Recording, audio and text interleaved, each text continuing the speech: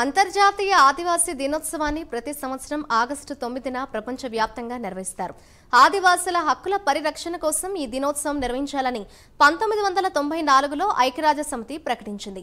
ఈ నేపథ్యంలో కొండ కోనల మధ్య అందాల సెలయేళ్లతో ప్రకృతి రమణీయతకు మారుపేరైన ఉమ్మడి ఆదిలాబాద్ జిల్లాలోని ఆదివాసీల జీవనం, సంస్కృతి విభిన్నం. అక్కడ ఆదివాసీలు ఆచార వ్యవహారాలకు ఎక్కువగా ప్రాధాన్యమిస్తారు. ప్రపంచ ఆదివాసీ దినోత్సవం సందర్భంగా ప్రైమ్ 9 స్పెషల్ స్టోరీ.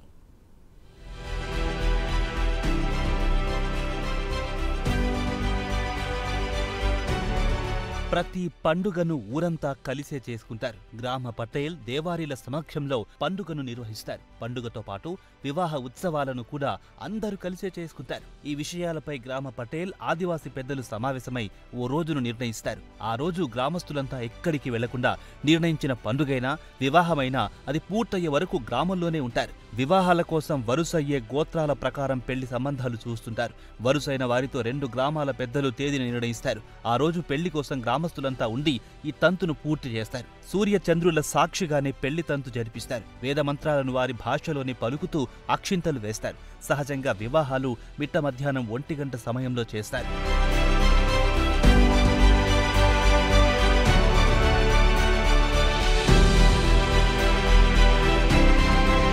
ఆదివాసుల పండుగ గురించి చెప్పుకోవాలంటే నాగోబా జాతర గురించి చెప్పుకోకుండా ఉండలేం. ఆదివాసీ గిరిజనులు ఏడాదికి ఒకసారి నాగోబా సన్నిధిలో కలుస్తుంటారు. ఉమ్మడి ఆదిలాబాద్ జిల్లాలో వివిధ మండలాల్లో ఉన్న గిరిజనులతో పాటు పక్కనున్న మహారాష్ట్ర, ఒడిశా, మధ్యప్రదేశ్, ఛత్తీస్గఢ్ రాష్ట్రాల్లో నివాసముండే మొస్రం వంశస్థులతో పాటు వారితో బంధుత్వం ఏర్పడిన ఆదివాసీ బంధువులు నాగోబా మహాపూజల సందర్భంగా కేస్లాపూర్కు చేరుకుంటారు. ఇది చాలా ప్రాధాన్యత కలిగి ఉన్న పండుగ. ఈ సందర్భంగా అందరూ ఏడాదికి ఒక్కసారి కలుస్తుంటారు. ఆదివాసీలు దీపావళి పండుగను కూడా బాగానే చేసుకుంటారు. దీపావళిని వారం 10 రోజుల పాటు నిర్వహిస్తారు. ఆ గ్రామం నుంచి మరొక గ్రామానికి ఆతిథ్యం కోసం దండారీగా వెళ్తుంటారు. ఆ సమయంలో ఆతిథ్యానికి వచ్చిన దండారీలకు గ్రామస్తులంతా కలిసి గ్రామంలోని గుస్సాడి నృత్యంతో స్వాగతం పలుకుతారు. వారం రోజుల పాటు దీపావళిని ఘనంగా నిర్వహిస్తారు. దండారి ఉత్సవాల సందర్భంగా ఒక గ్రామం నుంచి మరో గ్రామానికి వెళ్లిన దండారి ఉత్సవాల్లో పెళ్లి సంబంధాలు కూడా కుదుర్చుకుంటారు.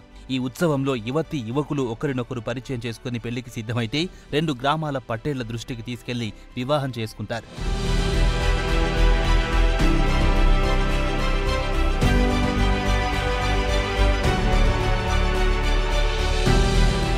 అడవితో మమేకమైన వీరు వనదేవతలకు ప్రత్యేకంగా పూజలు చేస్తారు. ముందుగానే గ్రామంలో తేదీని గుర్తించి ఆ రోజు ఎక్కడికి వెళ్లరు. పూజా సామాగ్రితో కుటుంబ సమేతంగా అడవికి వెళ్లి ప్రత్యేకంగా పూజలు చేస్తారు. ఆదివాసీ దేవత మొక్కులు తీర్చుకునేందుకు ఎడ్లబండితో పాటు కాలినడకన కూడా వెళ్తారు.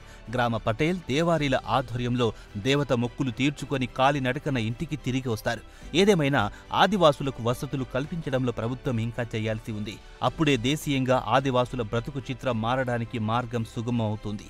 ఉమ్మడి ఆదిలాబాద్ లాంటి జిల్లాలో ఆదివాసులు మళ్లీ కష్టాలు ఎదుర్కొంటున్నారు. ఏజెన్సీ ప్రాంతాలలో వైద్య సదుపాయాలు లేక, సరైన రోడ్డు సౌకర్యం లేక ఆదివాసీలు అనేక ఇబ్బందులు ఎదుర్కొంటున్నారు. ఆదివాసీల సంక్షేమానికి ప్రభుత్వం చొరవ చూపాల్సిన అవసరం ఎంతైనా ఉందని పరిశీలకులు సైతం చెబుతున్నారు.